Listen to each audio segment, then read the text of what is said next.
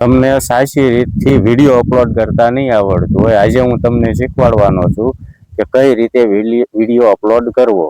અને તમે video upload કરો, તમને ટાઇટલ નાખતા ન આવડતું હોય, ડિસ્ક્રિપ્શન નાખતા ન આવડતું હોય, અને કયું ઓપ્શનમાં ક્યાં યસ દેવું ક્યાં નો દેવું એ તમને નહીં ખબર હોય, તો આજે મારે તમને શીખવાડવાનું છે કે કઈ રીતે સાચી રીતથી વિડીયો અપલોડ કરવો.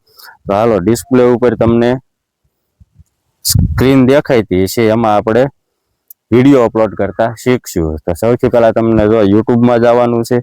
યુટ્યુબમાં જઈને મારે ઓલરેડી વિડીયો બનાવેલો છે, તો શોર્ટ વિડીયો આપણે અપલોડ કરવાનો છે.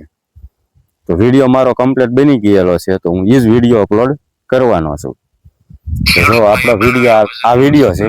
ગાડાના વ્હીલ છે જે જનરેટર લગાડી દીધું અને ગાડામાં આગળ લાઈટ કરી નાખી, તો વિડીયો માટે અપ્લાય.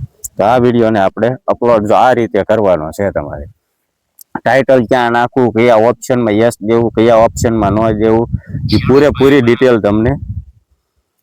સૌથી પહેલા તો તમારે જો અત્યારે જે તમને દેખાય છે ડિસ્પ્લે ઉપર, એમાં તમારે થંબનેલ સેટ કરવાનું છે. સૌથી પહેલા ક્યાં સારું દેખાય છે, પબ્લિક ક્યુ જોઈ અને ક્લિક કરે તેના માટેનું આ પહેલું ઓપ્શન છે. તો અહીંયા મારે કમ્પ્લેટ મને એવું લાગે છે કે અહીંયા હું રાખું તો માણસો વધારે ક્લિક કરશે, તો ત્યાં હવે રાખીને હું મેળવી નાખું. હવે અહીંયા નાખવાનું છે ટાઇટલ. તો ટાઇટલ તો મેં ઓલરેડી બનાવી લીધું છે, તો એ ટાઇટલ હું નાખી દઉં છું. મારો વિડીયો છે ગાડાના જુગાડમાં, એવો જુગાડ બનાવ્યો છે, જનરેટર ફિટ કરી દીધું છે, એટલે ગાડું ચાલે એટલે જનરેટર ફરે એટલે પાવર આવે, એ રીતનો મેં જુગાડ કર્યો છે. પછી અહીંયા બીજું ઓપ્શન આપણે આવે છે અનલિસ્ટેડ. અનલિસ્ટેડમાં તમારે ખાસ ધ્યાન રાખવાનું છે, ત્યાં તો પબ્લિશ જ કરવાનું છે. પબ્લિશ નહીં કરો એટલે તમારો વિડીયો પબ્લિશ ન કરો તો તમારો વિડીયો કોઈ ભાવશે નહીં અને તમારી ચેનલમાં એમનામ પડ્યો રહે.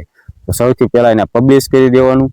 પછી ઓડિયન્સમાં તમે જો પહેલા ઓલામાં યસ ફોર કિડ્સ આપશો એટલે તમારો વિડીયો 18 વર્ષથી ઉપરના કોઈ જોઈ શકશે નહીં. પહેલા તમારે વિડીયોનું કમ્પ્લીટ, તમારી પાસે વિડીયો કોને જોવા લાયક છે તે પહેલા તમારી પાસે કમ્પ્લીટ વિડીયો હોવો જોઈએ કે કોને જોવા લાયક છે આ વિડીયો.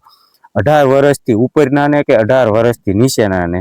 તો મારો વિડીયો 18 વર્ષથી ઉપરના માણસો હોય તેને જોવાય એવો છે, તો મારે એમાં નો આપવાનું છે.